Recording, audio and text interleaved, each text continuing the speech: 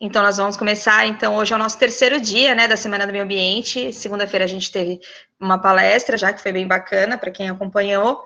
Ontem nós tivemos uma atividade voltada ao público infantil, à tarde. E hoje a gente está, então, no segundo dia de palestras, que é da nossa Semana do Meio Ambiente. Então, a gente vou voltar para o mesmo... Eu sou Isabelle, sou bióloga do Instituto Ambieco. Bem-vindo a todos, agradeço por estarem aqui.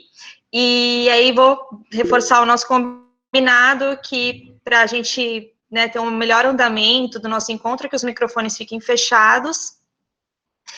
Se alguém tiver alguma dúvida, alguma questão, ao longo da palestra mesmo, pode ir colocando as perguntas no chat, que depois eu faço as perguntas para o palestrante, tá? Para quem já se inscreveu, então, a gente já tinha, né, pelo Google Meet, nós vamos fornecer o certificado. Para quem não se inscreveu, não tem problema, se colocar pelo menos o nome no chat completo, a gente marca a presença de hoje, e aí amanhã vocês realizam a inscrição pelo Meet, tá? E daí, na sexta-feira, a partir de sexta-feira, a gente envia por e-mail os certificados referente às 3 palestras, ok?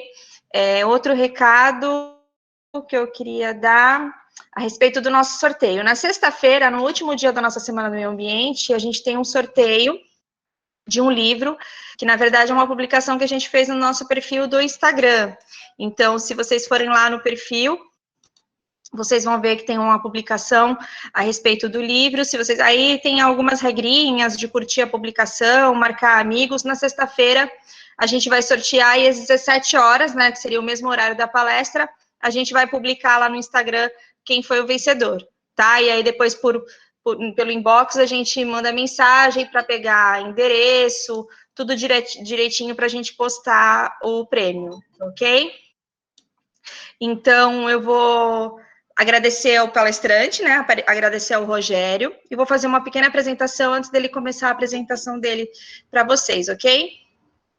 Então, o professor Rogério Martins, ele é licenciado e bacharel em Biologia, tem mestrado em Ecologia, ele atua no Projeto Jaguar desde 1998 como pesquisador, e as pesquisas são voltadas à conservação de grandes felinos, certo? Tudo certo até agora? E, além disso, né, ele atua na área de educação. Nesse projeto de pesquisa, ele tem 18 publicações científicas e, atualmente, atua na área de pedagogia, como vice-diretor do Colégio Estadual Padre Vitalino Bernini. Errei alguma coisa? Quer acrescentar algo, Rogério? Não, tá ótimo. Obrigado, viu? Obrigada a você por ter aceito o convite. Eu agradeci em nome do Instituto, né? Valeu mesmo a participação. Eu sei que a gente está meio saturado de online ultimamente, né? Imagino você na área de educação, mas acho que vale a pena passar um pouquinho da sua experiência. A gente tem um público diverso, estudantes, pessoas que só gostam do meio ambiente, mas eu acho que todo mundo bastante interessado em ouvir o que você tem para nos contar. Que bacana. Fico feliz, obrigado pelo convite, né? Agradeço você ao Tiago.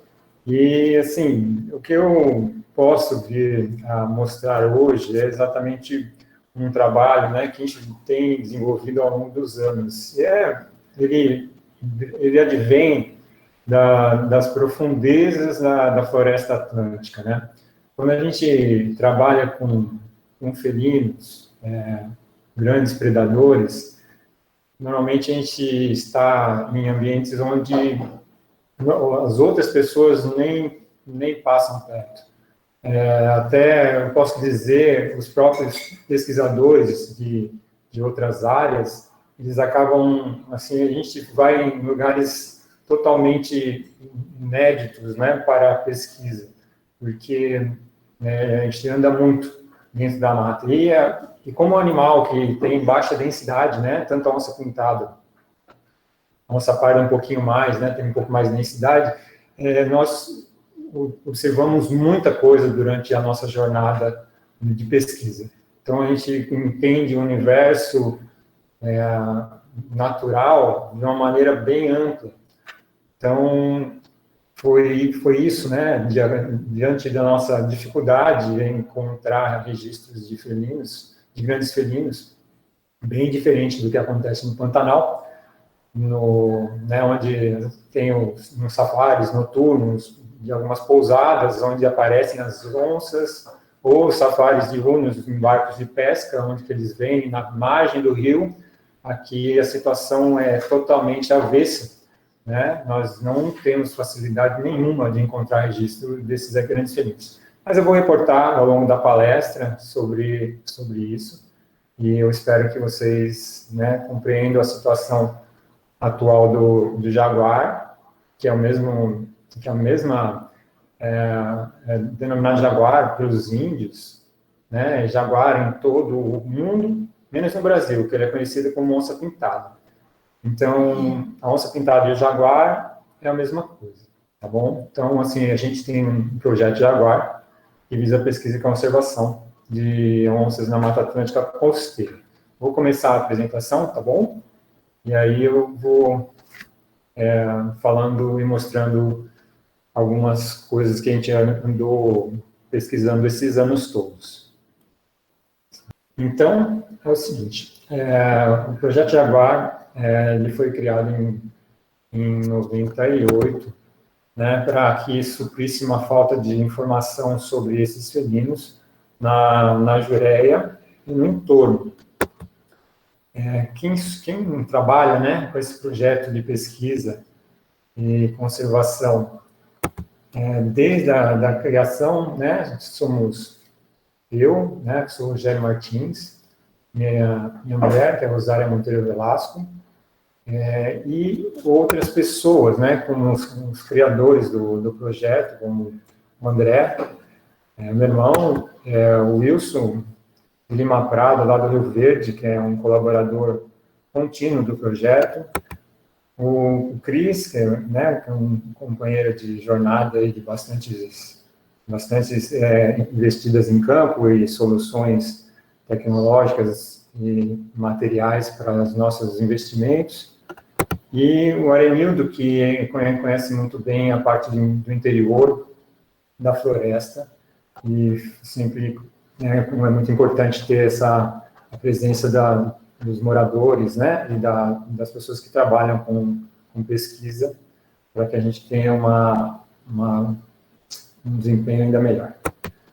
Salvo isso, em 2014, a gente conseguiu fazer uma aliança com o Carlos Prudente, né, ele trabalha na Serra do Mar como fotógrafo há mais de 50 anos, e foi um elo de ligação para que a gente trabalhasse melhor a conservação desse grande felino, que é a onça pintada, que tem grandes territórios. Aí está ele, né, na Cachoeira do Itopava, e ele tem tanto um site como também um canal no YouTube que apresenta a mascofauna e avifauna e diversos detalhes tanto da fauna agora da Jureia, né, que ele veio trabalhar comigo, tanto quanto a fauna da Serra do Mar, que ele atuou sempre durante todos esses anos. Qual que é o nosso trabalho? O que é que nós fazemos? Na parte de pesquisa, né, que sempre foi o foco principal, a gente, né, ultimamente, né, a gente sempre contou onças, né, com diversas metodologias, né, a gente conseguia estimar a onça através de pegadas, depois a gente, através de abundância relativa, contagem, né, de rastros e vestígios, e depois, por fim, a gente começou a fazer um trabalho com armadilhamento fotográfico. E aí, né, um trabalho de 3 meses intenso de captura, com uma área extensa, maior do que a Grande São Paulo, né? Dentro da Jureia, nós colocamos câmeras a cada 4 quilômetros, onde conseguimos identificar 15 onças pardas dentro do mosaico, né? Nem é mais, né, no caso, a gente começou trabalhando na estação ecológica, e depois virou mosaico em 2013, a gente fez essa abrangência toda e a gente conseguiu contar toda essa população de onças pardas que existe na Jureia. Foi um trabalho grandioso, intenso, e que a gente percorreu muitos lugares, né, totalmente novos, e nós tivemos que abrir muitas trilhas para acessar os pontos de acordo com a disposição da metodologia que a gente empregou com as armadilhas fotográficas. As armadilhas fotográficas são câmeras remotas, né, que ficam lá sozinhas, mas tinham que ser trocadas as pilhas e, na época, os filmes, que não eram digitais ainda. E também a gente trabalhou, né, em frentes amplas, né, como a amostra de DNA encontrado nas fezes de felinos. Então, como não dá para identificar necessariamente as fezes sendo de onças pintadas, onças pardas, e às vezes até existe uma sobreposição no tamanho das fezes de jaguatirica, nós coletamos todas e mandamos para análise 40 amostras de fezes na UFSCar, né? Então, daí nós conseguimos identificar três amostras de onças pintadas, sendo que uma delas deu para verificar o genótipo, né? E era de uma fêmea. Nós ficamos super contentes que desde 2000 a gente, né, buscava essa referência para alguma identificação de onça pintada. E isso aconteceu em 2012. Foram 12 anos sem nenhum vestígio, nenhum rastro, nem nada. E ali, além disso, saiu um trabalho também daqui que nós contamos 15 onças pardas, né, através de câmera fotográfica, saiu um trabalho de densidade, e também lá no UFSCar eles fizeram um trabalho de densidade através da identificação de 9 indivíduos diferentes através da amostragem genética de 20 fezes identificadas. Então, isso foi feito. E o Carlos, enquanto isso, no mesmo tempo, estava pesquisando também as onças pintadas. E, inclusive, tem essa foto, que é até bem famosa, foi publicada na época em todas as mídias, que ele fotografou. Isso não é com armadilha fotográfica, né? Isso é frente a frente, uma onça pintada, e fotografou esse indivíduo na Serra do Mar, que ele disse que provavelmente é uma fêmea. Então, é um trabalho que começou fazendo né, a gente trabalhou concomitante, e foi muito bacana, que também lá as amostras dele a gente não enviou também para o UFSCar. Das 6 amostras que ele tinha coletado de fezes, 3 amostras eram dessa espécie, sendo que 2 de um mesmo macho, separadas por 50 quilômetros de distância uma da outra. Também das ações do projeto, desenvolver produtos que faziam falta, né, no nosso dia a dia, para o trabalho da pesquisa.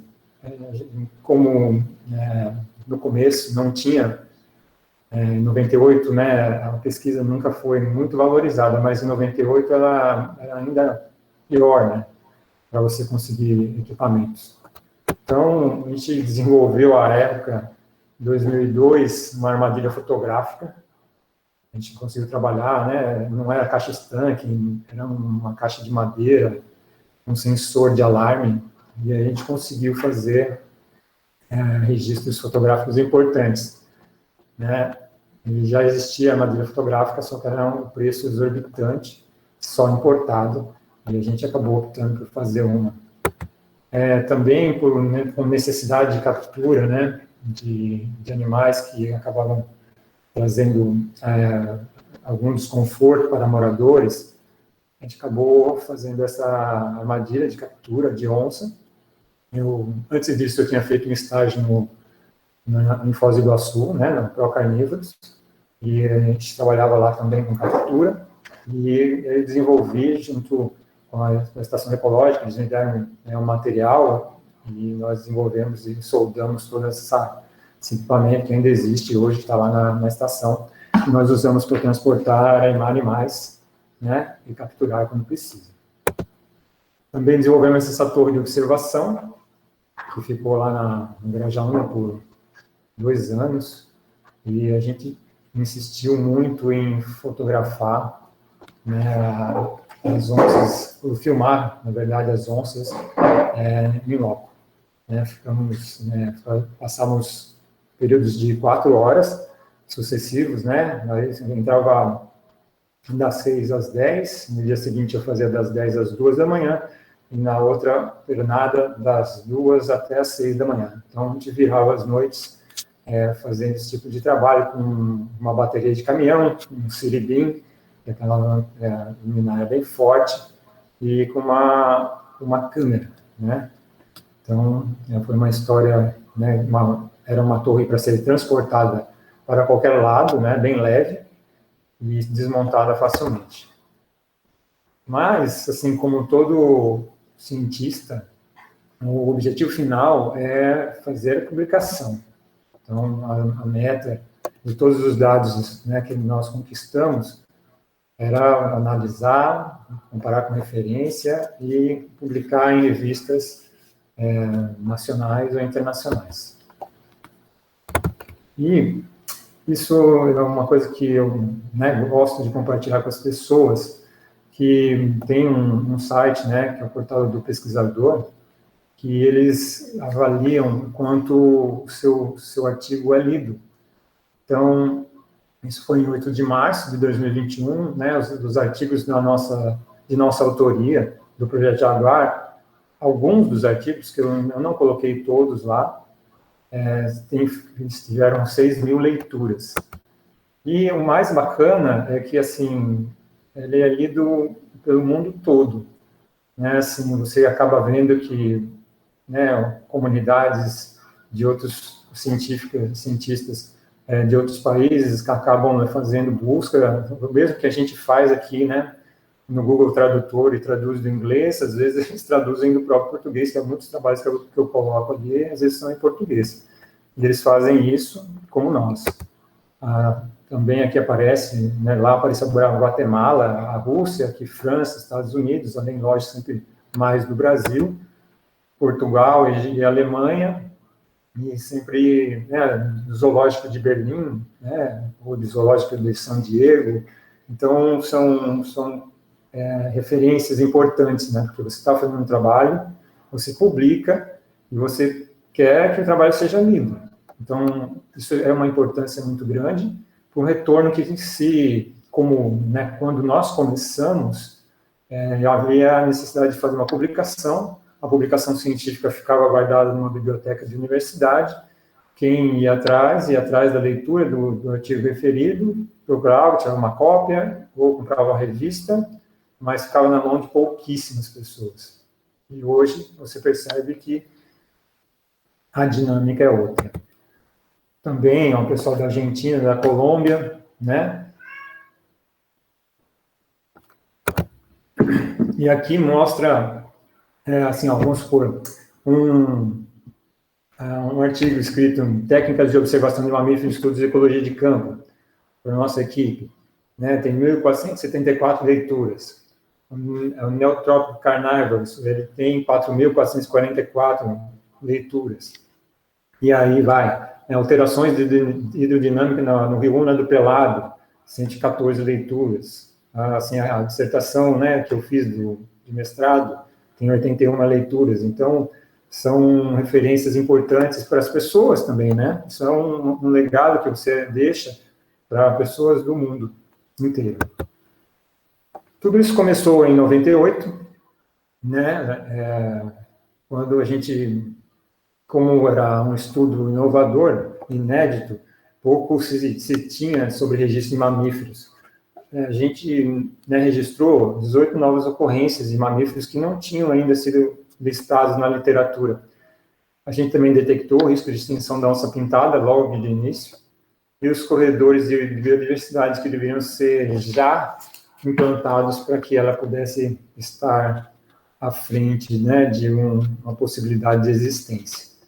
Então, eu quero que vocês lembrem dessa data, né, desse ano, que é um ano fatídico, para que a onça pintada possa ter uma condição de existência. Então, em 4 anos, de 98 até 2002, a gente tinha feito já 1.133 registros de mamíferos, 44 espécies, 837 pegadas e 98 visualizações.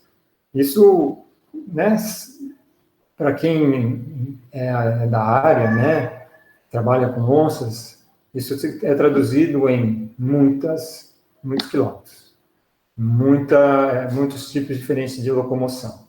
No caso, foram 480 quilômetros pelos rios, 272 quilômetros pedalados, 3.500 de moto, mas sempre na área de pesquisa, e 490 quilômetros a pé. Né? Então, assim, é uma tarefa muito grande e as pessoas têm que se dedicar muito tempo para poder trabalhar na conservação com esse tipo de animal. E isso é talvez o que separa alguns pesquisadores de outros pesquisadores. Aqui é uma situação onde a pessoa deve se manter muito ativa e entretida com um ambiente de pesquisa. E ela precisa ter esse ímpeto de ir além e andar muito e conhecer muito. Isso afasta a maioria dos pesquisadores, que vão para situações onde é mais fácil e um animal como esse precisa de pesquisadores que realmente se comprometam a andar muito. Também nesse trabalho, nós analisamos fezes coletadas na Jureia, né, porque como você anda muito, você vê muito registro. Nós achamos nas fezes, a gente coletava os pelos, né, lavava as fezes e coletava os pelos para descobrir o que ela comeu. Em 2008, nós fizemos um trabalho de dieta de onça-parda e jaguatirica, e nós acabamos descobrindo, através delas, das duas espécies, desculpa, através das duas espécies, mais 4 novos registros de pequenos mamíferos. E a luteolina, né, crassicaudata, que é um cuíca de cauda grossa, ela foi descoberta através disso que vocês estão vendo, da cutícula do pelo do animal, que é essa, e da medula. Tem uns trabalhos que cruzam o tipo da medula com o tipo de cutícula e da espécie do animal. Nós fizemos todo o trabalho baseado nisso, e isso fez com que a onça parda e a jaguatirica fossem detetives ecológicos, nos ajudassem a descobrir ainda mais 4 novas ocorrências ali na Jureia. E aí, a partir disso, a gente saltou de uma riqueza, né, para 89 mamíferos, 84 eram intervalos, 83 em Salto Morato, e o Parque Estadual Serra do Mar, no Rio de Janeiro, 80. Então, assim, a riqueza da Jureia é bem maior, mas eu vou dizer para vocês que ainda está por ser ainda mais incrementada, todavia. Porque, olha, aqui tem intervalos 23, a gente só tem 16 roedores. Isso aqui representa o quê? Falta de pesquisa com os pequenos mamíferos. Então, os mamíferos, eles podem ajudar a gente nisso, né, os carnívoros, porque eles predam sobre a diversidade, e a gente já está com 89. Se a gente investir mais nisso, né, em análise de dieta, e também com trabalhos específicos com os pequenos mamíferos, com certeza essa quantidade de espécies na Jureia de mamíferos vai aumentar muito. Eu falei para vocês 4 novas ocorrências, e aqui está escrito 5. Vou explicar para vocês numa oportunidade próxima. E aí, nós temos aqui, o que fazemos, né? Que conservação nós fazemos? A questão da conservação, né, no nosso trabalho, sempre visou a educação. A gente teve uma preocupação em formar novas gerações conhecedoras do que a floresta realmente oferece. Para tanto, nós fizemos os mamíferos de trás da montanha, que era uma ideia de gerar um livro sobre essa sobre os mamíferos, e nós deveríamos fazer um trabalho onde uma pesquisa etnobiográfica, né, fazer através de pesquisa, onde os alunos foram para a estação atrás disso, né, atrás de conhecimento das comunidades, dos guarda-parques, dos moradores. Então, eles fizeram 60 entrevistas, fizeram, né, nós fizemos a tabulação das informações e fomos atrás da Secretaria da Educação do Estado de São Paulo, porque a gente começou isso em 2006, e a gente percebeu que não tinha nenhum livro de mamíferos, a não ser um de 1984, no Rio Grande do Sul, os mamíferos do Rio Grande do Sul, e um atlas da Ática, com pintura. Então, a gente viu a brecha, a gente achou que podia fazer, a gente mostrou o trabalho para todo mundo, só que não aconteceu. Foi uma pena, né? Não conseguimos apoio da Secretaria de Educação na época, e a gente ficou sem publicar esse livro. Esses são, né, alguns dos alunos entrevistados da nossa escola, o professor Padre Vitalino Bernini, e essa é a escola da onde saiu todas essas ideias, né? Nós estamos lá há muitos anos, e assim, 25 anos que eu estou, minha esposa já está praticamente 15 anos, e nós estamos desenvolvendo pesquisa, né, sempre junto com a Estação Ecológica de Ureia, sempre junto com o pessoal da educação ambiental, ou mesmo por conta própria. Esse era o layout do livro, né? Inclusive foi trabalhado com professores de português, de matemáticas, de inglês, porque à época nós íamos para a USP traduzir os trabalhos, pegar trabalhos sobre esses mamíferos, e só que os trabalhos científicos eram todos em inglês, né? A gente não tinha acesso às revistas científicas em 2006. Então, nós fomos com um grupo de alunos e eles começaram a trabalhar isso junto com um professor de inglês aqui, e fizemos esse modelo que seria, né, a parte interior dos mamíferos que a gente haveria de fazer. Mas a gente acabou, em 2010, já que a gente não conseguiu recurso para a publicação, a gente publicou no Congresso Internacional lá na Argentina, onde a Sara, minha esposa, ela foi representar, porque ela também era professora da Vitalino Bernini, foi representar todos os alunos e todas as pessoas envolvidas nesse trabalho lá no Congresso Internacional de Educação, que foi muito bacana, e daria uma palestra só sobre isso. E eu vou aprendendo com ciência, né? 1999 até hoje é um viés de trabalho na educação, né? Um trabalho onde que se envolve diversas atividades que com ciência, além de ser mamíferos também, né? Outras coisas envolvendo. Então, foram publicadas 23 trabalhos trabalhos tecnológicos, apresentações de trabalho e desenvolvimento de tecnologia. Até então, nós fizemos tudo isso, e isso é importante, né, manter o currículo sempre atualizado, para poder, né, se você olhar para trás e falar assim, nossa, realmente tem uma trajetória, os alunos perceberam que existia um roteiro, e eles abraçavam, né, com certeza, muito mais forte quando se tem um projeto, que nem no caso do livro, né, e outros tipos de evento.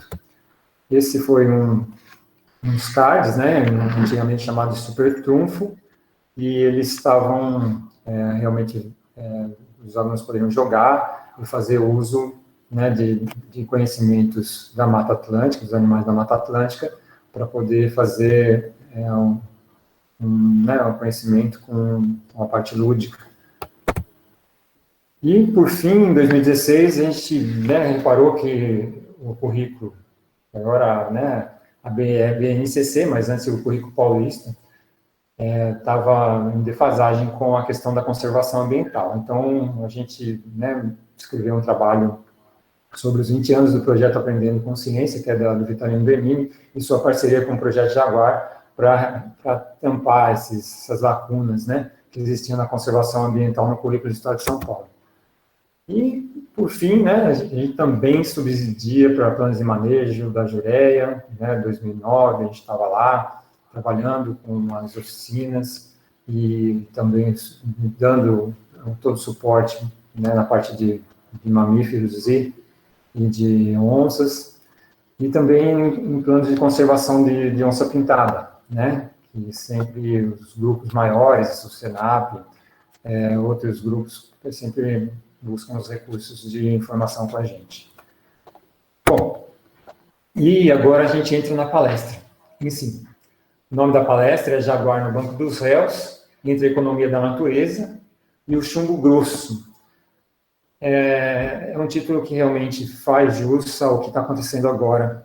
Então, vou começar a falar sobre a palestra, precisava de uma apresentação sobre quem somos, e agora eu vou mostrar para vocês o que é que está acontecendo atualmente com a onça pintada no nosso entorno. Economia da natureza. A economia da natureza aqui na Jureia, ela está de acordo com a biomassa, né? A biomassa para os animais é exatamente a moeda de troca que existe na estação. Se tem biomassa, tem continuidade, né? Então, assim, para a onça parda, nós temos aqui, essa biomassa de onça parda, nós temos a correspondência de 5.000 quilos, né, de presas potenciais para a onça parda. Para a onça pintada, apesar de talvez vocês não estarem vendo, porque como a quantidade de onças pardas são 15, e as onças pintadas, no caso, são de 1 a 3, as presas potenciais de onça pintada são mais de 40.000 quilos, certo? Então, assim, existe condição para que as duas onças coexistam, né? São animais simpáticos e tal, mas eles têm condição de coexistir na Jureia. Então, está tudo certo com a questão da natureza, com a questão natural da dieta dessas onças.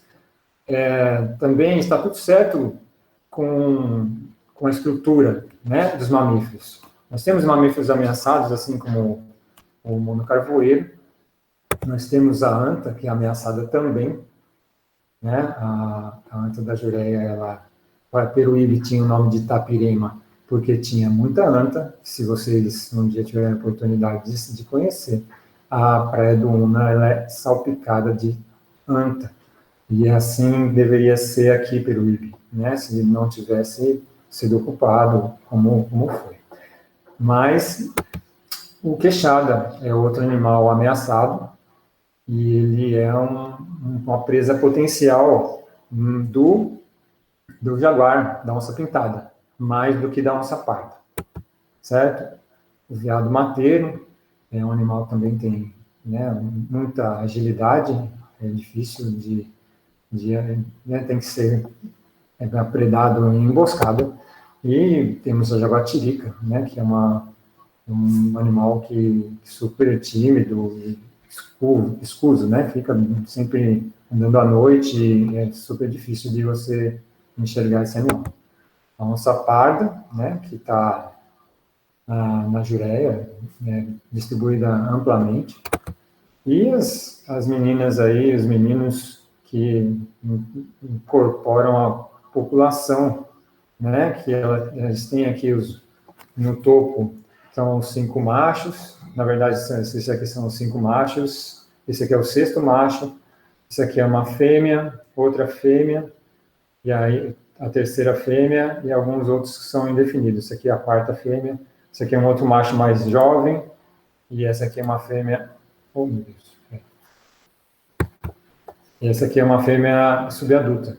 Ela preserva suas manchas ainda, e ela não tem a cor uniforme como esses outros animais. Então, ela é um animal jovem, né? Provavelmente entre 1 ano e 3 meses, por aí. Aí, aqui tem uma cena de predação, né? Essas câmeras acionavam a cada 10 segundos, reativavam, né? Aí, no momento, foi pego vários flagras desse, onde a onça parda estava correndo atrás dos catetos, e ao contrário também, ela saía correndo atrás de um e os catetos saíam correndo atrás dela. Então, assim, a situação não é muito fácil. O animal acaba sofrendo muitas escoriações, tendo muitas cicatrizes, e são presas difíceis de serem abatidas. Também o ambiente, para quem já teve a oportunidade de andar pela Jureia ou para o Guaraú, é um ambiente que, quando chove, é ruim para todo mundo andar. E os animais, eles não ficam atrás, né? Eles têm que atravessar a lama e se virar. Às vezes, os animais estão em dois, né? No caso, só para acasalamento. Aqui tem um macho que está ao fundo e essa fêmea que está dando a volta. Só que esse tipo de presa, normalmente, ela não consegue abater. É um animal muito, muito grande, né? Uma queixada. O queixadão é uma presa nativa, não é javali. Ainda não tinha javali na Jureia. Não tem javaporco, nem javali. E elas também têm uma estrutura de proteção muito interessante. Elas deixam os animais menores no centro. Aqui eu tinha uma câmera desse lado e outra da onde foi tirada a foto. Como eles perceberam que tinha algo estranho, eles já colocaram os pequenos no meio. E eles são super ariscos e muito protetores, né? Eles são perigosos, né, quando se sentem atacados. Eles podem matar a onça pintada sem nenhum problema. Então, a onça parda, né, em relação à economia da natureza, o pessoal aqui, os animais não deixam resto, né? Aqui nós temos um casco de tatu, né, que ele está extremamente limpo. Ela comeu tudo no tatu. Só fica a casca, mas às vezes ela come tão bem. Ela tem uma língua muito áspera, onde retira todas as proteínas que ela quer. E depois ela pode até sentar, barrigão cheio, né? Por conta que existem presas e a questão da natureza, né? A parte da dieta de onças na Jureia está tudo ok. A gente fica feliz com isso, que não falta presa para as nossas onças. E se sobrar alguma coisa, os urubus acabam por terminar com o que havia sobrado. Então, é uma natureza inteligente, né? Assim, se você tem um ciclo, né, que se fecha, onde não há desperdício, né, que o homem até tenta, né, viabilizar hoje para poder fazer uma economia cíclica, né? Então, se não é o espaço, se não é a dieta, é o espaço o problema? É isso que a gente estava querendo saber. Aí tem uma visão do alto do Morro da Boa Vista, na Torre da Telesp, onde mostra toda a planície, até aqui ao fundo, aqui é o próprio Itatins, né? Estamos em cima do Itatins, e aqui está o maciço da Jureia, que logo aqui a parte da Cachoeira do Guilherme. Então, qual que é a questão do espaço? Aqui nós temos uma seleção, né, diária que mostra entre Peruíbe e Itanhaém, mais ou menos pelas estimativas, né, que eu reverifiquei hoje à tarde, nós temos 150 mil habitantes nessa área, né? E dos 150 mil habitantes, 3 onças pardas viveriam. Então, né, as pessoas podem entrar num confronto de ideias, onde fala assim, nossa, mas se 150 mil habitantes é uma área que só 3 onças podem viver, e onças pardas, então, o que é que nós vamos fazer? Por que elas precisam de tanta área? A questão é a seguinte, 70% da população brasileira está nessa área marrom, certo? Que é o domínio da Mata Atlântica inicial. Assim, a concentração econômica, a população do Brasil, basicamente, está nessa área marrom. Aí, era um lugar onde era floresta, né? Um mapa bem conhecido. E o verde é o que sobrou da Mata Atlântica. Veja bem que nós temos, né, umas tripinhas de Mata Atlântica, aqui um bolsão um pouco maior, depois vários pontinhos pulverizados ao longo de toda a costa. Então, uma onça parda não tem muita condição de existir se não tiver, na verdade, terreno. E todo o terreno que tinha, né, de certa maneira, foi tirado. Agora, nós precisamos entender dessa área que está pontilhada lá, o que é que está protegido. Então, vamos entender que nossa cidade está aqui, Peruíbe, Santos, né, São Paulo, e as áreas protegidas estão contornadas, né? Então, o que é que sobrou para as onças? Né? Tanto as onças pardas quanto as onças pintadas. Sobrou a Jureia, o Parque Estadual da Serra do Mar, que chega aqui estreita, aqui em Cubatão, aí depois segue até o Rio de Janeiro. Mas esse lado, essa parte, eu queria que vocês lembrassem, que eu vou mostrar mais para frente, que existe um estreitamento. E esse estreitamento é exatamente o quê? São escarpas de montanha que não têm necessariamente utilidade para a economia. Então, assim, sobrou o espaço onde as onças ficam quase que penduradas, né, para poder existir. Então, o resto realmente, né, falta espaço para esses animais. Mas tem a Mata Atlântica, né, tem um grande domínio e tudo mais, mas o que é essa área do Parque da Serra do Mar, Estadual da Serra do Mar, é o lugar onde o maior lugar contínuo de toda a Mata Atlântica. Só que ela é essa tripa. E aí você precisa entender que as onças, elas precisam de lugares, né, que realmente tenham bastante quantidade de presas e bastante espaço para elas andarem.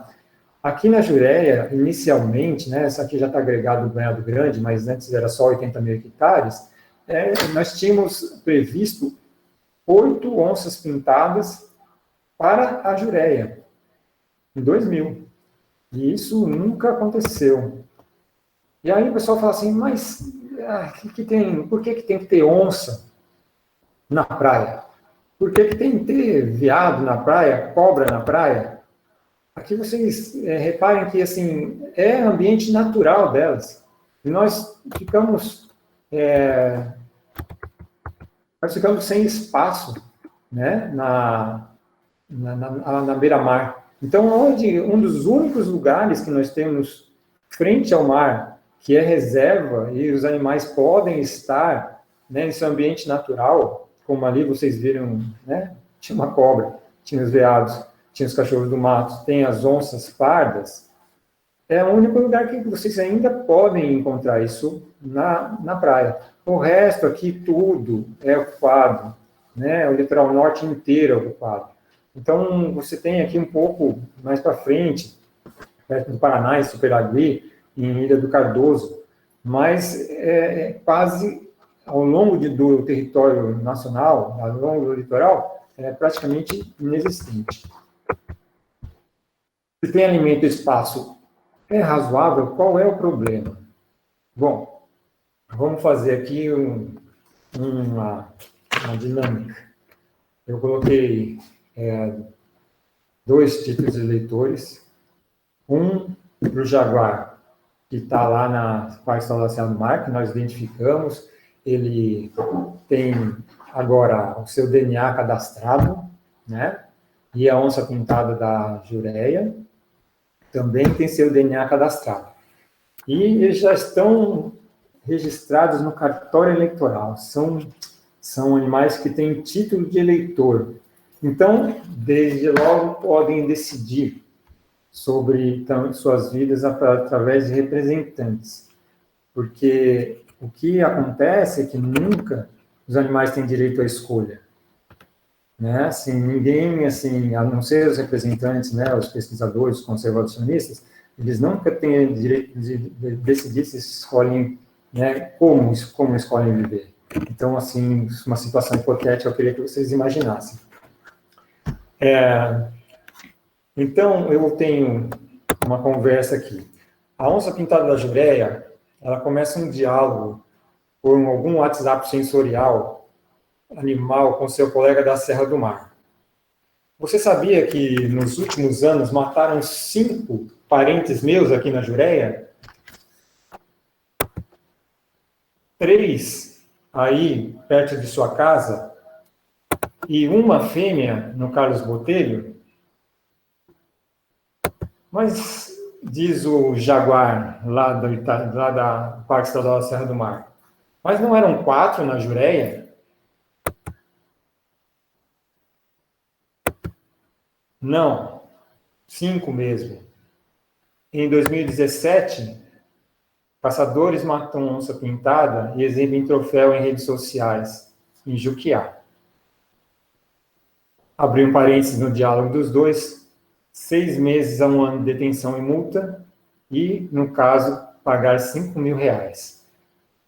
Se ele alegar pobreza, ele não paga, e se ele não for pego em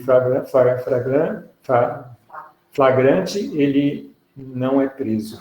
Então, eles estão respondendo em liberdade e o crime não foi resolvido.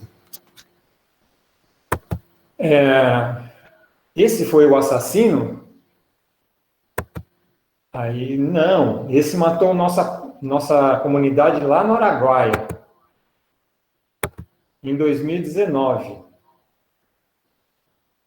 É muito longe essa comunidade?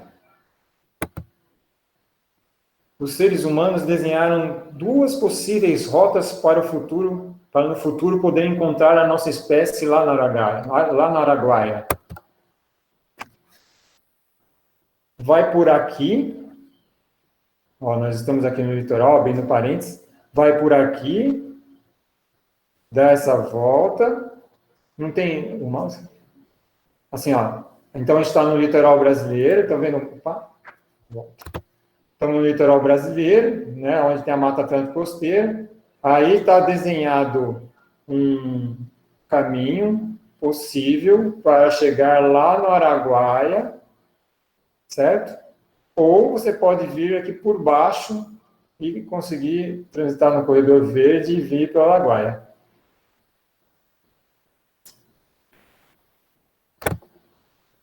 Por que você não vem me conhecer? A onça pintada da Jureia fala para o macho da Serra do Mar. É só você pegar rente ao mar e vir por aqui. A fêmea orientou, então, o macho da Serra do Mar, que é essa tripa, a pegar, então, atravessar a BR, só que agora, felizmente, a BR tem um túnel, onde os carros passam por dentro da montanha, e ele pode passar, você pode passar livremente por esse corredor verde, onde vai lá dar no Parque Estadual do Turístico do Alto Ribeira, e aí vem aqui perto do Paraná e dá essa volta toda para me encontrar, a fêmea disse. E o macho vai dizer, é muito longe, mas eu já ouvi falar de um atalho. Ah, o atalho, você passa atrás do pesqueiro Três Irmãos, atravessa a pista, o bananal, mas a fêmea fala, mas do seu lado parece um labirinto. Vocês têm aqui, abrindo parênteses, a condição de corredor de passagem da Serra do Mar, que é desse lado, para esse lado da Jureia, onde nós temos uma situação de um labirinto de origem antrópica para a onça pintada sair desse espaço e chegar nesse espaço para atravessar, para vir para a Jureia. Então, eu não tenho uma situação ideal para os animais ultrapassarem essa faixa, que é amparada por lei, é uma área de proteção ambiental, garantindo que esse atalho, que foi dito, fosse o corredor de biodiversidade da Estação Ecológica Jurerê Itatins, do Mosaico de Unidades de Conservação Jurerê Itatins, para o Parque Estadual da Serra do Mar.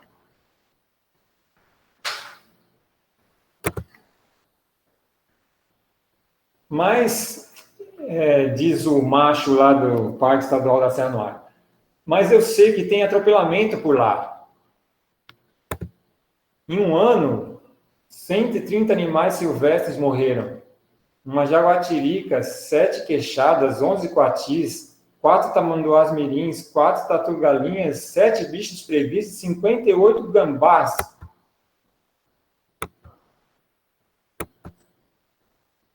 Tem alguns animais que não são da floresta pelo caminho, não pode cair na tentação. Soube que mataram meu avô na Jureia por causa dele ter comido algum porco doméstico.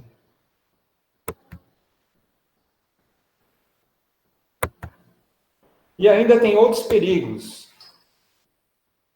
Caçadores e palmiteiros que ficam acampados aí na Jureia. Enfim, eu queria que vocês vissem que existem muitos problemas, existe uma necessidade de vigilância. Os guarda-parques que estão hoje são poucos. Também nós temos um trabalho muito bacana de pesquisadores, que rodam toda a estação, e também monitores ambientais. Mas, às vezes, a ameaça de morte para quem trabalha em pesquisa, ela é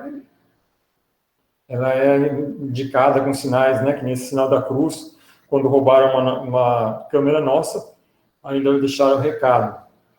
Toda vez que, às vezes, que roubaram nossas câmeras, ou era dessa forma de indicação, que a gente não era bem-vindo, ou às vezes a gente até se sentiu em meio à emboscada.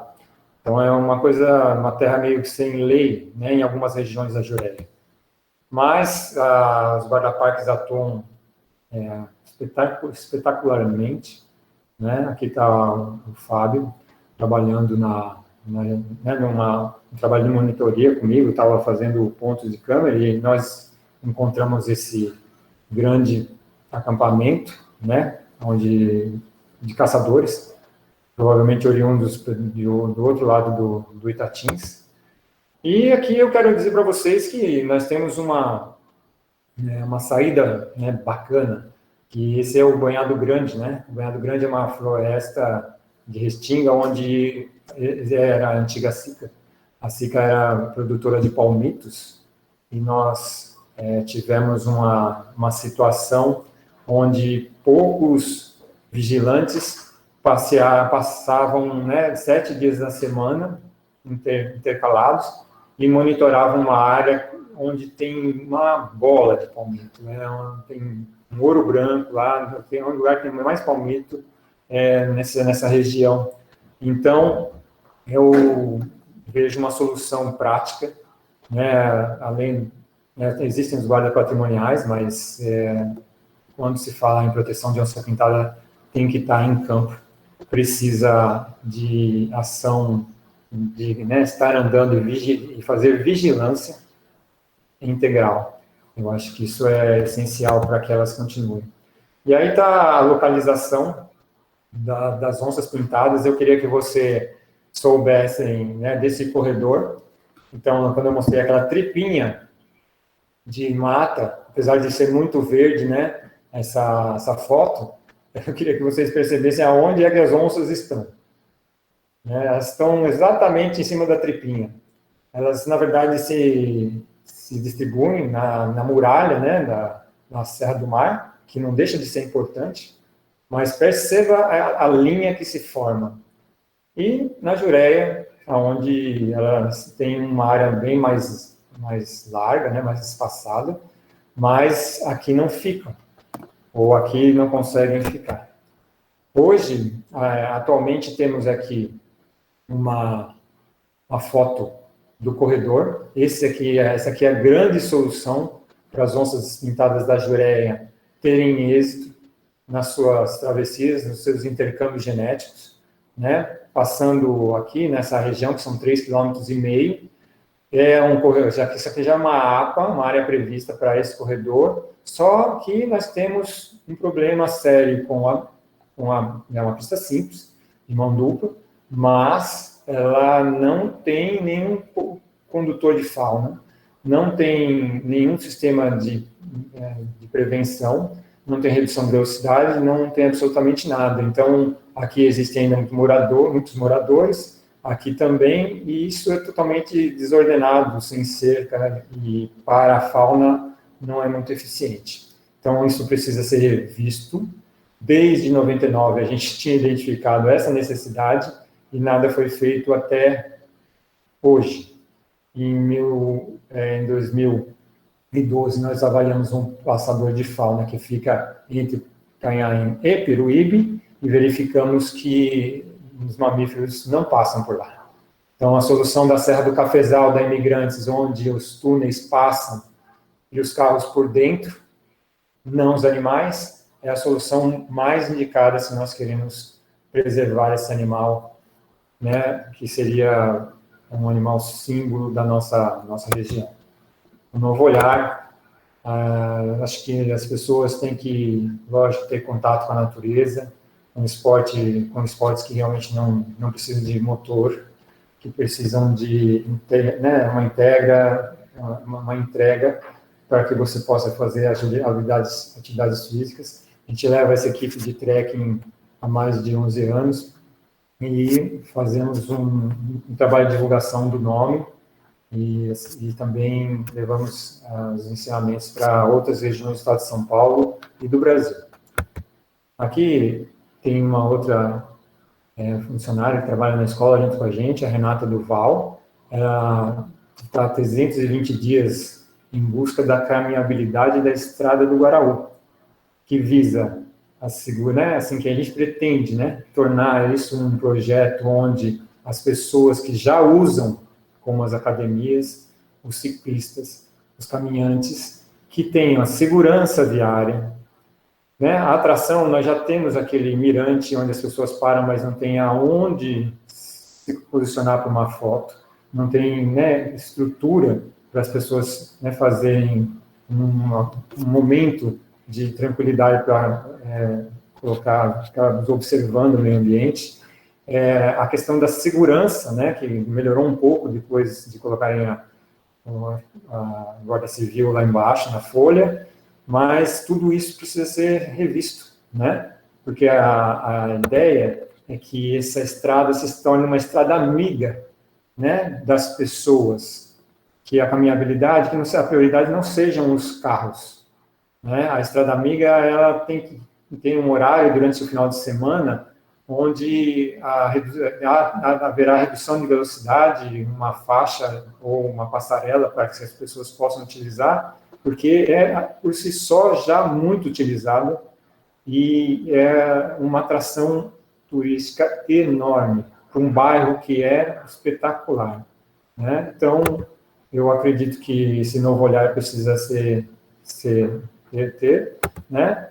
E como vocês da Ambiecon vão ter uma ONG que vai ficar responsável, né, por capturar animais e acomodar animais, eu quero dizer que para mim uma CETAS, né? Para mim é uma alegria imensa, porque a gente sempre teve chamados para lidar com animais, principalmente animais que são pegos por pessoas e depois eles escapam e acabam ficando no meio da cidade. Aí temos um gato maracajá, bem onde que era a antiga banda municipal. Também no mesmo lugar a gente pegou um mão pelada, né? Esse mão pelada foi, né, são histórias absurdas. Aqui também nós temos uma jaguatirica que estava lá no Barro Branco, dando prejuízos, né, para moradores que vivem dentro da estação. Aí está a onça parda do Ribamar, onde em 2002, 2003, ela estava também no alto de um eucalipto enorme.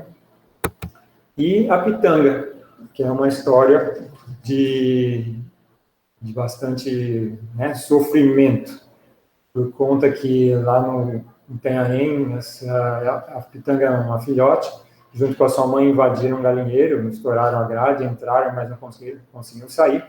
E as pessoas, os moradores que moram, né, beirando a mata, não têm nenhum conhecimento e não fazem jus por, às vezes, morar perto de um lugar desse, cheio de riqueza, de fauna, e jogaram água quente na mãe e na filha. A filha foi para um centro de reabilitação de onça parda, depois de um tempo, ficou ali em Itariri, naquele sítio, do sítio Rio Itariri, né? Depois nós levamos ela em Mogi Guaçu, 300 quilômetros de Peruíbe, para fazer reabilitação para soltura. Só que lá ela estava ficando, né? Tinha um ambiente de 1 hectare para fazer a ambientação do animal voltar para ele caçar, para ele se acostumar com as cobras e tudo mais. Só que, por algum motivo, a carne, né, é sempre muito difícil de adquirir.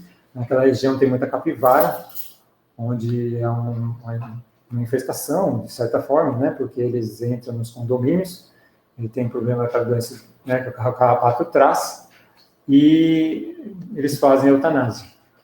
Só que eles deram, né, quem trabalhava nesse centro não teve o cuidado, deram os miúdos, né, os órgãos internos para pitanga, que é essa onça parda, comer. Ela morreu envenenada. Então, tanto triste quanto foi ser queimada, e tanto triste foi a inexperiência de quem estava cuidando. Então, é muito importante isso que vocês estão fazendo no CETAS, depende muito de formação, mas ter carne para alimentar carnívoros não é uma coisa muito simples no dia a dia, tá certo? Então, eu agradeço aqui a Jureia Itatim sempre, o ICMBio, a Fundação Florestal, o Instituto Florestal, a Unisanta, a FAPESP, o SENAP, o IPEC, e o Projeto Jaguar e todo mundo que participou desde 98 até hoje. Tá certo? Obrigado. Bom, por onde eu começo? Incrível. Trabalho de educação ambiental, raiz mesmo, incrível. Parabéns a todos. Eu como vou nessa área da educação ambiental muito mais, eu acho, trabalhar com a escola, uma coisa que eu acho que eu percebo, né, também trabalhando com educação ambiental há 15 anos, é exatamente isso que a gente, nós, enquanto população de Peruíbe, e as crianças não tem noção e ideia disso, né? E você levar que hoje em dia falam muito, essa questão do cidadão cientista, né, do cidadão pesquisador, e vocês estão aí desde 1998 fazendo isso, né? Então, primeiro é te parabenizar, que o trabalho de vocês é demais. Eu já ouvi falar, já conhecia, mas não sabia de tantos detalhes. Você falou a respeito do trabalho de educação de vocês, então, para a gente voltar outra vez para conversar, eu já convido que a gente conversar só sobre esse trabalho de educação desenvolvido de vocês lá no Vitalino. Eu vou pegar aqui algumas perguntas e vou te fazer, tudo bem? Tudo bem, claro. Vamos lá.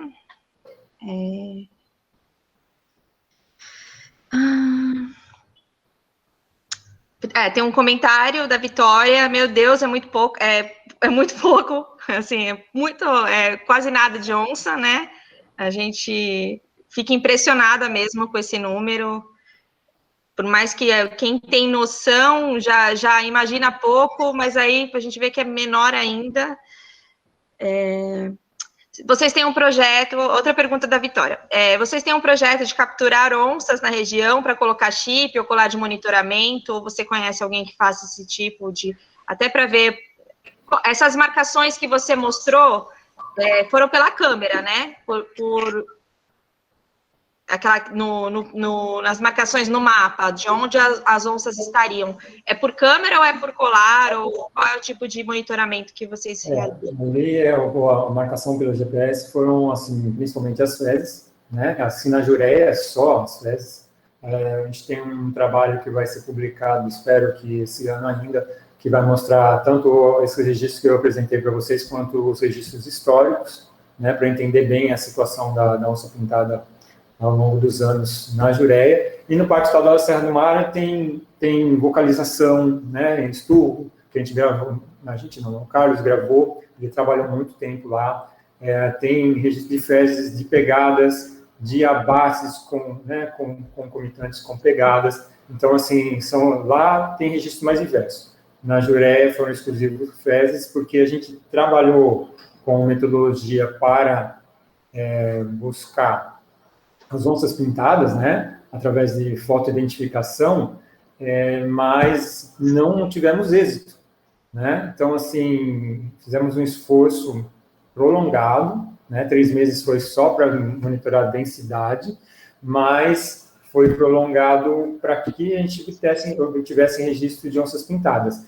E, de princípio, a gente até entrou em desespero, né, por não ter conseguido, porque as análises genéticas saíram depois, a gente coletou durante o estudo de densidade, mas nós não temos mais não tínhamos nenhuma situação onde mostrava que ela existia ainda na Jureia, né? Deu um desespero muito grande. Mas o que a gente pode dizer é uma chance, né? A onça que estava na Jureia, nós tínhamos uma fêmea, né? Que a gente continuou monitorando a partir disso. Fomos até 2017 monitoramos com menos câmeras, na verdade. A gente estava com 32 pontos amostrais em toda a Jureia, e a gente reduziu muito, né? Porque a gente teve que devolver as câmeras para o ICMBio, né? E aí a gente continuou trabalhando com um porte menor, tá? Assim que, até então, a gente não conseguiu registrar fotograficamente a onça pintada da Jureia. Nós fizemos registro, né, de animal abatido e tal, mas nunca nenhum espécime vivo. Mas é uma luz, né, essa fêmea. Eu não espero que ela esteja grávida e que ela continue na Jureia, né, para deixar os seus descendentes. Tá? Tá. Em relação, então, a essa questão que ela colocou de monitoramento com chip ou colar, você sabe se tem algum sendo feito por aqui? Conhece alguém que faça? Acha que vale a pena? Não. Então, quando eu sempre quis assim, né, trabalhar com monitoramento, principalmente para saber o tamanho do território e, né, dos animais e para onde eles passam.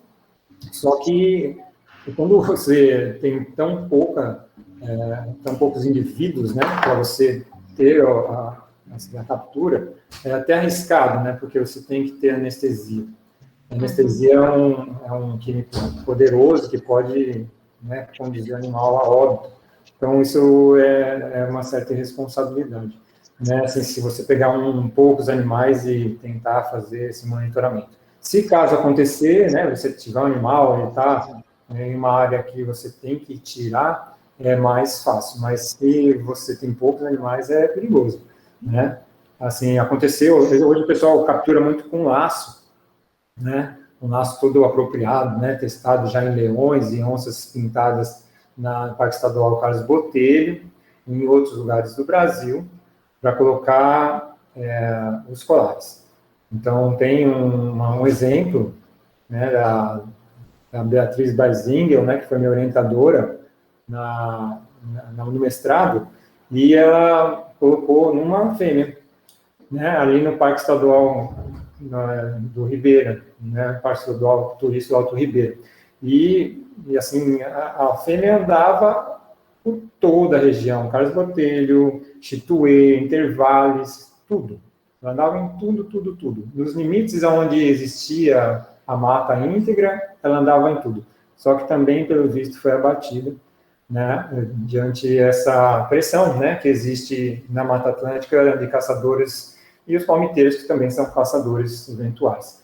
Então, é um problema sério essa pressão que exerce, né, para a onça-pintada.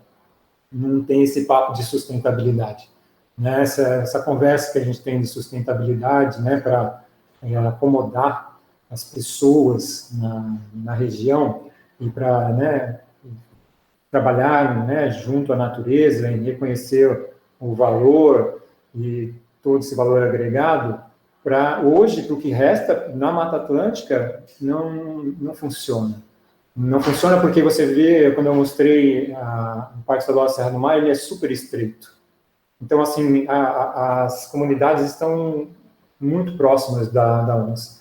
E o conflito com a onça pintada é pior do que o da onça parda. Porque a onça parda ela é mais esquiva, ela não avança muito. A onça pintada, ela não é temida. Ela não tem, assim, ela é temida em todos os ambientes que ela anda. No caso, eu estou falando também dos animais, né? Então, ela tem esse respeito. Mas, quando entra em contato com o homem, normalmente, o Carlos, né? Prudente, ele é fotógrafo de natureza, está na Serra do Mar. As 2 vezes, a onça percebeu que ele estava, saiu invadida. Não ficou, nem para ficar olhando. Então, quer dizer, não é um bicho que né, causa perigo, né? Em algumas situações, sim, mas ele causa mais medo, ele tem muito mais histórias, certo? Porque a questão das pessoas aqui mesmo, as questões anedóticas, né, que os moradores, as pessoas do entorno contam, são, nossa, 90% mentirosas. Né? Eu já fui atrás você não imagina aonde, porque falavam no começo, né, falavam de onça, eu ia atrás, falavam de hospital, eu ia atrás. E você ia tal, verificar a história, era totalmente fraudulenta, totalmente fajuta, anedota de bar. Então, assim, existe problemas de ataque a humanos no Pantanal? Já houveram, né? Já houveram, inclusive, óbitos. Sim, mas as pessoas, lá as onças são maiores. E as onças também usam as beiras dos rios, onde eles armam barracas para pescar. E as onças ficam super vulneráveis. Então, precisa ter esse entendimento de que as feras têm pouco espaço para viver. E aí nós temos na Serra do Mar, aqui, grande reserva da Mata Atlântica, né, que nomearam, né, agora a grande reserva da Mata Atlântica, não tem 50 onças pintadas. Não tem porque não contaram, né? Eles fizeram por estimativa, com os dados que tem, mas não tem 50. Então, assim, na Mata Atlântica inteira não tem 300. Deve ter um número entre 200 e 250 onças pintadas em toda a Mata Atlântica, todos esses pontinhos. E o lugar que dá mais certo é em Linhares e Soretama, que é lá no Espírito Santo, um trecho de mata não tão grande, tem 9 onças pintadas lá dentro, mas quem cuida é a Vale do Rio Doce, é a reserva natural da Vale do Rio Doce. E aí, com esse cuidado, esse monitoramento, as onças conseguem até, porque elas não têm problema de reprodução, elas têm problema de ter confronto com o ser humano. E lá você tem onça que morre atropelada, mas onça que é morta a tiro, difícil ter registro, porque a reserva é super monitorada. Então, a onça, que nem a mesma coisa eu falo ali no Banhado Grande, quando eu mostrei o Edson ali, né, com aquele trator da Sica, que é agora incorporado à Jureia, eles tiveram problemas no começo com o palmito. O pessoal vinha de fora, né, roubar palmito. Os caras iam, mas eles fizeram um trabalho contínuo, todo dia, ano após ano, durante 15, 20 anos, e os problemas diminuíram. E agora praticamente não existe, e é o lugar que mais palmito tem na Jureia. Então, como que dá certo? E o pessoal é morador, quem trabalha lá, para fazer a vigilância. Então, assim, é muito equivocado quando você põe, né, guardas patrimoniais para ficar tomando conta de alojamento. Não tem cabimento o pessoal ficar tomando conta de alojamento se o que está acontecendo é mais distante. Tá? Então, eu vejo que assim, tem que mudar a política para os grandes predadores.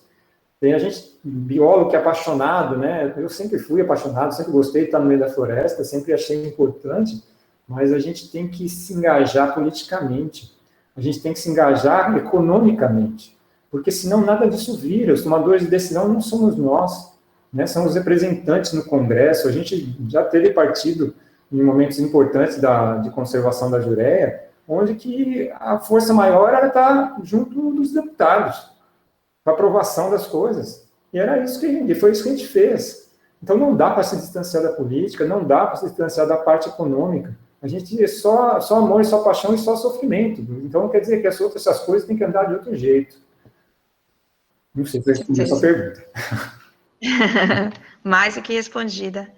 Aí ela perguntou também sobre se as onças conseguissem atravessar, então, esse corredor, como ficaria a Jureia, se a Jureia ficaria sem a onça, que ela conseguisse passar para outro lugar. Essa que é a pergunta, né? Então, assim, o grande êxito dessa estrutura é uma estrutura assim como tem imigrantes. Né? A Serra do Cafezal é mais recente. Né? Eu lembro que eu entrei em contato com a empresa quando eles estavam fazendo a duplicação, queria saber de como eles iam fazer esse passador, e foi uma guerra imensa, né, entre o Projeto Jaguar e a empresa que estava fazendo a duplicação, mas, assim, eles fizeram tudo corretamente. Dá um exemplo, né, assim, as cercas direcionadoras que existem no Rodoanel. Tem trecho no Rodoanel que é cheio de cerca direcionadora e assim, os animais passam por debaixo de pontes grandes, né, longas, né, onde tem rios, são pontes pequenas. Então, a estrutura de armada de concreto tem que ser feita para que os animais possam ter liberdade. Veja lá o caso do Imigrantes, né? É perfeita, ela tem pontes elevadas e túneis. O animal não precisa sair do ambiente natural dele, ele simplesmente atravessa. O que acontecia lá naquela comunidade que tinha em Cubatão, no começo da serra?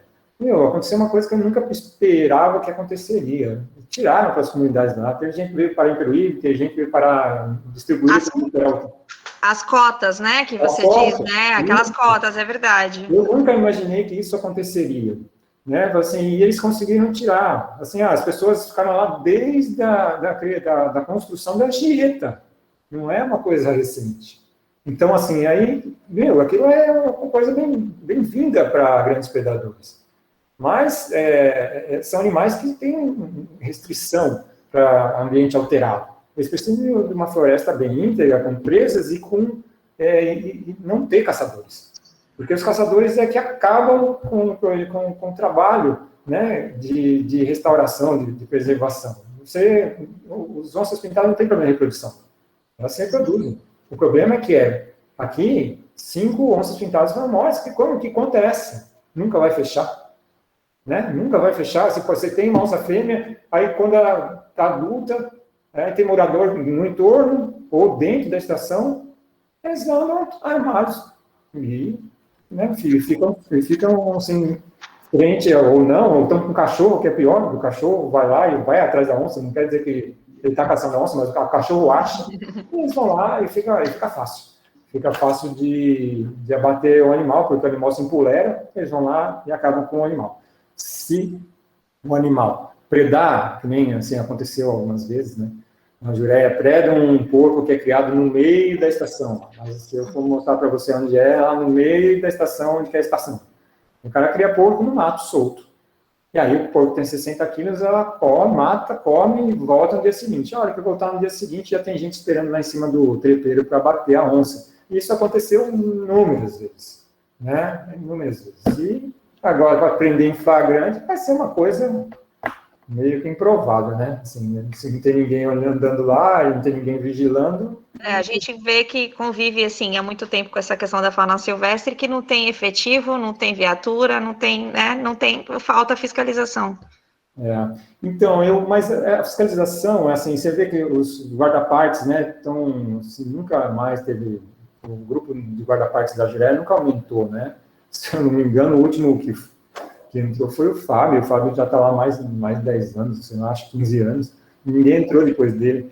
E assim, o que importa é que a gente tivesse vigilantes ativos, né, que fossem realmente cobrados e que eles tivessem a vigilância. Não é tão difícil, né? Foi visto, e é um custo menor do que você poderia ter com o meu computador.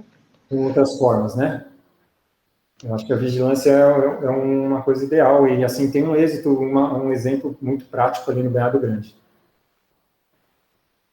Com pouco recurso. Peraí que eu tô... abri o microfone. Eu sei que a gente já tá 8h20, de repente passando um pouco do horário, mas eu tenho mais algumas perguntas, se não tiver problema de responder. Não, por mim Pessoal, não. se não tiver problema também, vou fazer uma pergunta do Barata, que é o nosso palestrante de amanhã. Que sempre ouvimos de moradores da Barra do Una e região encontros com supostas onças pretas, né? Acho que melânicas. Qual seria a sua opinião sobre esses encontros? Tem algum registro mesmo, alguma evidência? Eu acho que é possível, né? Assim, normalmente a cada 4 filhotes um nasce preto, assim, numa estatística, uma população saudável. E a presença de onças melânicas é um indicador que existe diversidade genética. Então, nossa, é excelente. Falar que não é negligência da minha parte, mas eu vou dizer que tem muitas pessoas na Barra do Una, né, que são sérias, são pessoas que dá para conversar e dá para entender o conhecimento que a pessoa tem e realmente a gente pode considerar a informação. Mas, assim, a comprovação sempre é necessária. Agora, depende, tem muita gente que está no bar e está a fim de contar uma história e fica na vontade de aumentar, porque, assim, eu já passei muito por isso, assim, fui atrás de muita história de onça e, olha, de história de onça que deu polícia, que tinha pego o menino, que tinha levado o menino para o UPA. Nossa, foi uma fraude, coisa absurda, formada por 3, 4 pessoas no Barro Branco lá. Eu estava dando aula, saí correndo lá para ver esse caso. Depois a gente descobriu que era tudo fake.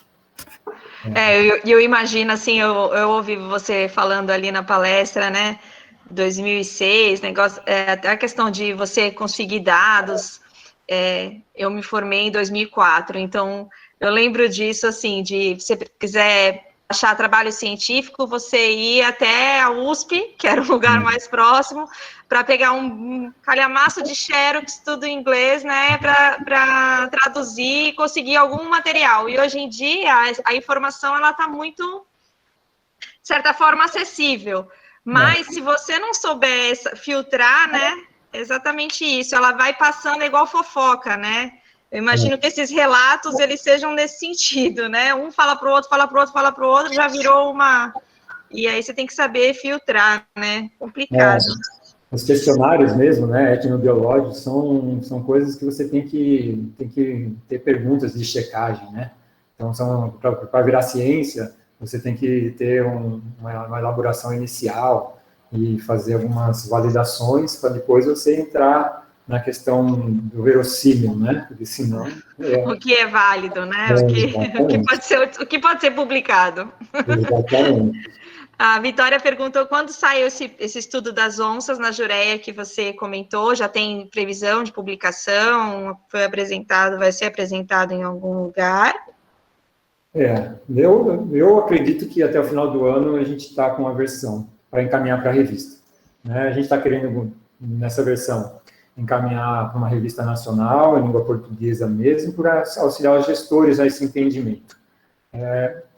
Eu acho que passou um pouco da hora, né, de a gente estar escrevendo trabalho científico.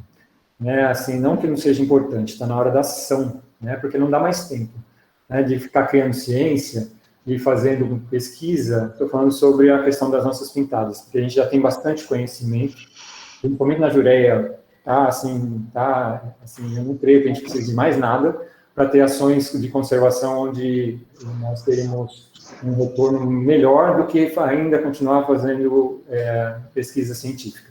O esforço tem que ser outro.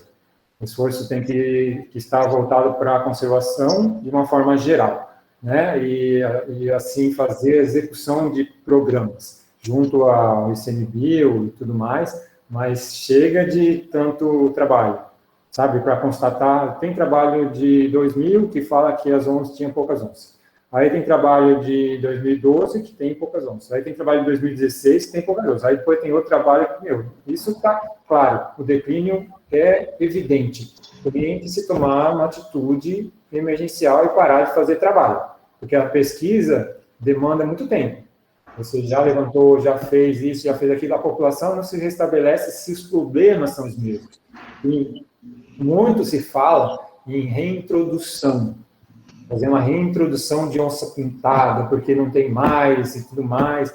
Tem um programa na Flórida, lá com o Puma da Flórida, que foi desenvolvido caríssimo, caríssimo, caríssimo.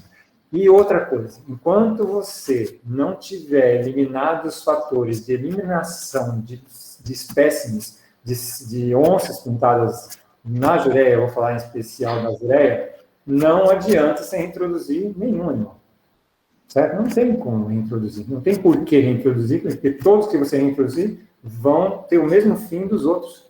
Então, é um esforço inútil, né? Então, precisa realmente abrir esse corredor, né? Assim, porque esse corredor é uma bandeira do Projeto Jaguar, porque nós já fizemos trabalhos em corredores próximos, nós percebemos que os mamíferos não usam os passadores, que as empresas que fizeram a licitação para duplicação da estrada Manuel da Nóbrega, né, entre Itanhaém e Peruíbe, tiveram algum conhecimento biológico aprofundado, totalmente desprezível o que eles fizeram, e aí esse trecho de Peruíbe até a BR, um dia ele vai ser duplicado. Né? Já foi, desde 2000, ele já tinha sido anunciado intenções de duplicação. Assim, e aí, quando for duplicado, isso é toque de caixa. O projeto tem que englobar um túnel. Assim, qualquer outro passador ali, eu acho indevido, né? Ainda mais para animais, assim, né, que são tímidos, a anta não vai, a onça pintada provavelmente, né, do jeito que está a situação dela também não vai.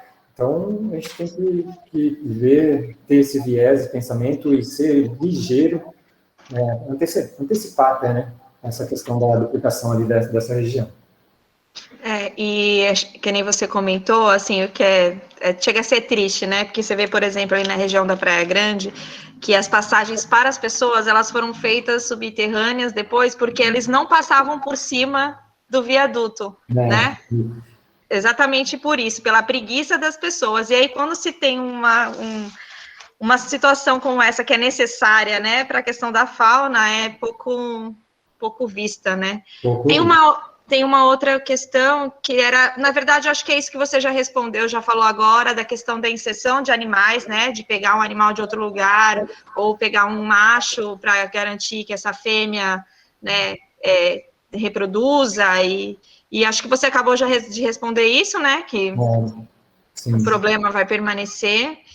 Aí tem outra pergunta da questão dos caçadores, se vocês encontram um grupo, tem algum auxílio, alguma coisa. Bom, você acho que também já expôs isso na questão da ameaça, né, até que sofrem. E no caso ali que você mostrou, eram acampamentos para palmito, não era nem para caça de animais silvestres, né? Não, aquele lá é especificamente de caçadores. O de palmito eu não mostrei, né? Tinha uma cabana de palmiteiro enorme, que inclusive a empresa que contratava um vazamento de palmito já deixava os potes lá, chamava Martendal, e ela era de Santa Catarina, né? E já saía direto embalado dessa mini fábrica que estava dentro da estação ecológica, né? Os guarda-parques foram lá, desmontaram tudo. A empresa levou multa, né? Não sei bem quanto foi a multa, mas ela levou uma multa pesada. Mas os caçadores, eles são praticamente isentos de punição, porque eles podem alegar pobreza, eles podem alegar legítima defesa, e aí eles se safam, qualquer um deles. É raro no Brasil, você pode colocar no Google lá, caçador de onça pintada. Vai chover de imagem das pessoas se vangloriando como se fosse um troféu, né? Porque é um animal feral, né? Um feroz, e aí eles mostram, né? Como se fosse Quase que como um herói, né? Exatamente, fazem pose de herói para tirar foto, e hoje fica mais evidente isso nas redes sociais, né? Que espalha, até uma coisa boa, porque espalha e a gente fica sabendo, porque antes não tinha isso e ninguém ficava sabendo. Mas tinha, exatamente, o pessoal fazia a mesma coisa. Troféu é uma coisa eterna, né? Infelizmente. Triste, né? Acho que não tem mais perguntas. A questão dos CETAS, você até comentou, dentro dos CETAS, o nosso objetivo, né, reabilitação e reintrodução de animais silvestres, no caso, quando não é possível a reintrodução, procurar um ambiente melhor. A gente também se preocupa com a educação ambiental, então, como a gente vai ter uma parte para educação e para recebimento de pessoas, né, futuramente, nos colocamos à disposição para expor todo tipo de pesquisa, trabalho, atividade que vocês estiverem desenvolvendo. A gente quer ser mais do que parceiro nisso. A gente tem uma bióloga do Instituto Alu, que gosta especialmente, essa palestra foi quase que para ela. Não sei se a Lu está aí, se ela quiser falar, que a Lu também está com um projeto de pesquisa com as onças. Então, a gente pretende, além de trabalhar com a questão do resgate dos animais, isso que você falou hoje foi incrível, é exatamente isso, procurar meios e medidas para melhorar a vida desses animais, né? Não dá para a gente ficar mais esperando que façam, né? Se colocar para tentar fazer. Lu, se você quiser falar alguma coisa. Boa noite para todos. Boa noite, Isa. Boa noite, Rogério. Boa noite. Eu e o Rogério, a gente se falou mais por e-mail, pelo WhatsApp. O Rogério, ele é assim, graças a ele que eu estou fazendo esse trabalho que eu estou fazendo hoje. Eu estou fazendo pós-graduação pela Unimes de Santos. A autorização do meu projeto pelo Cotec e pela Fundação Florestal saiu agora nesse mês. Junto com a Ambieco, com o Bioventura e com a CAPES, eu estou fazendo o levantamento das onças pintadas e suas presas aqui na área da Estação Ecológica Juré Tatins. O Rogério é o precursor desse trabalho. Eu li todos os trabalhos dele, assim, não são trabalhos curtos, o cara gosta de escrever, dissertações gigantescas, e eu comecei a me interessar muito pelo assunto e comecei a escrever, na pandemia principalmente, foi, na verdade, o estopim para isso tudo, acabou sendo bom, né, no final das contas. E esse meu estudo, através de 40 câmeras traps, a gente vai espalhar principalmente nas áreas de serra, de encosta, junto com o Senap, né, a Lilian Almeida do Senap está me ajudando com as câmeras. E é um estudo que a gente quer comprovar mesmo a existência da onça pintada aqui na estação, queremos pegar a imagem dela, ver se faz algumas coletas também de fezes, futuramente, né, as coletas, porque a princípio será mais as câmeras, e comprovar esse elo de ligação para um futuro corredor das onças, que aqui elas estão isoladas, essas áreas fragmentadas, são muito poucos animais, o Rogério já explicou bastante sobre isso. E eu só tenho a agradecer por você ter escrito esses seus trabalhos e publicado, porque é difícil o trabalho aqui na estação sobre onça. O Rogério, praticamente, o Rogério, o Marcelo Mazzoli, a Beatriz de Mello, eu li o trabalho de todos esses. O Rogério conhece eles, então são poucos trabalhos sobre onça aqui na estação, e essa parte de caminhada, tudo isso que o Rogério falou é o que mais me fascina também, porque eu gosto de dificuldade, porque eu estou acostumado há 15 anos com turismo aqui na Mata Atlântica, então isso me ajuda bastante para ir atrás desses animais. E as nossas primeiras expedições vão sair agora, né, que a gente está com autorização tudo, E vamos ver aí se até o ano que vem, aí, final do ano que vem, a gente já apresenta alguns resultados, né? Das bichinhas. Bacana. Puxa vida, eu fico feliz. Muito Legal. feliz pelas onças, por mim mesmo, né? Eu agradeço muito a continuidade, né, do trabalho. Eu É acho que bacana. é Eu um que agradeço. trabalho que merece muita atenção, muito investimento, né? Porque é um animal que poderia ser um animal símbolo, né, da nossa região, né? Porque assim as pessoas têm que incorporar essa cultura, né? Assim, tem que valorizar o que tem. Não dá para você fazer uma saída né, de turismo para ver onça pintada Foi? aqui na região. É impossível. Por enquanto, pelo menos, não dá. Então, precisa, mas a parte da incorporação da cultura, né, as pessoas, os moradores, que são os caiçaras, os moradores tradicionais, os ribeirinhos, eles têm isso, né, com eles. Mas o processo de elaboração, né, de uma disseminação da cultura precisa ter também apoio das instituições e também das instituições públicas, né?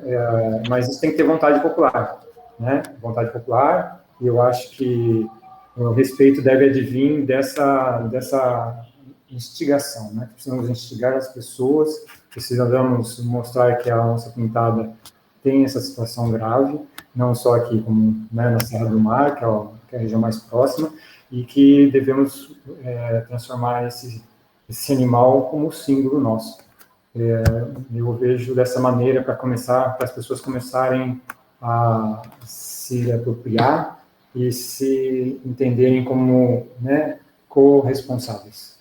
Mas, salvo isso, fica muito isolado.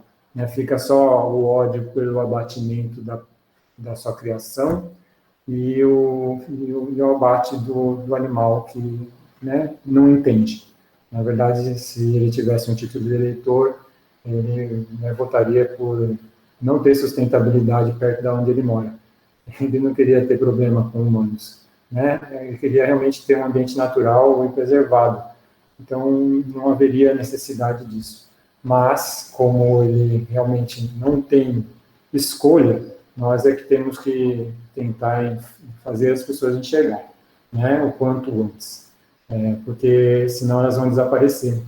E assim, aqui em São Paulo a gente tem um pouco de suporte, né, assim, mas o resto do Brasil está degradando assim absurdamente todos os seus remanescentes, né. Então, assim, o Paraná basicamente não tem quase nada, o Paraná é quase, né, sem área verde para ocupação de onça, né, tem poucas populações ali, e eu acredito que aqui em São Paulo a gente tem que aumentar né, a área protegida, aumentar, tem que organizar, eu acho que isso que é importante, as pessoas gostam de coisas organizadas, as cidades têm que ser reorganizadas, assim, ó, essa área até aqui, né, ela vai ser projetada para tal coisa, a gente precisa ter esse entendimento, os mananciais de água, né, tá vindo muita gente de São Paulo para cá, não falta água aqui ainda, né? Por causa dessa região. Então, assim, é um patrimônio gigante que nós temos aqui. A Juré, ela não é só essas bolas, não é assim, as pessoas pensam que é muito essa questão de cachoeira-praia, mas ela tem essa riqueza, né? Inserida nela, que vem, que vaza, e que nem essa comunidade de mamíferos que eu apresentei, que na verdade eu tenho uma quantidade gigante de informação em câmeras trap, que eu ainda tenho que pensar como que eu vou publicar isso, mas é uma comunidade totalmente ativa, natural, saudável, independente, sabe? Aquele negócio que o ser humano procura, né? Assim, fazer uma coisa cíclica, para que não gere muito desperdício. E a gente tem na natureza um exemplo que é conhecido por poucas pessoas. Né? Isso tem que ficar mais evidente, as pessoas têm que respeitar mais a sua natureza e dar valor à natureza de entorno. Assim, o mais rápido possível para esses grandes mamíferos predadores de tudo. Bom, aqui a gente só tem vários comentários te parabenizando, Rogério, seu trabalho, sua apresentação, pedindo o seu contato. Uhum. Apesar que lá bom, eu não sei se vocês podem entrar no Instagram da Ambieco, eu marquei você lá na palestra, então pelo menos seu Instagram tem lá, se você quiser deixar algum outro contato. Eu tenho um e-mail que é o projeto jaguar@hotmail.com. É um e-mail que eu tenho há muitos anos e que é mais fácil, como eu trabalho em escola, às vezes eu não consigo responder assim, né, em tempo normal. Eu tenho que, às vezes, estar em outro momento. Então, por e-mail é mais garantido que eu consiga responder. Eu coloquei aqui no chat, você só confirma se está certinho o que eu escrevi para as pessoas? Isso mesmo. projetojaguar@hotmail.com, certo? Perfeito, perfeito. Bom, e agradecê-lo. A gente, os meninos do Zenit aqui, Arte e Cultura, que estão nos ajudando, eles gravaram essa palestra, não tem problema, tudo bem? Não, sem problema. Porque a gente, na segunda-feira, infelizmente, a gente nem pensou nessa questão da gravação e as pessoas gostaram muito, ainda bem. Foi muito boa mesmo, assim como hoje também. Então, a gente gravou e aí vamos ver como que a gente vai conseguir disponibilizar para vocês, quem não conseguiu pegar desde o comecinho. Tá? Gente, muito obrigada, Rogério, foi excelente, didática, tudo, perfeito, valeu mesmo, gente, boa noite, Boa noite, até a obrigado. próxima, sobre educação. Legal, obrigado.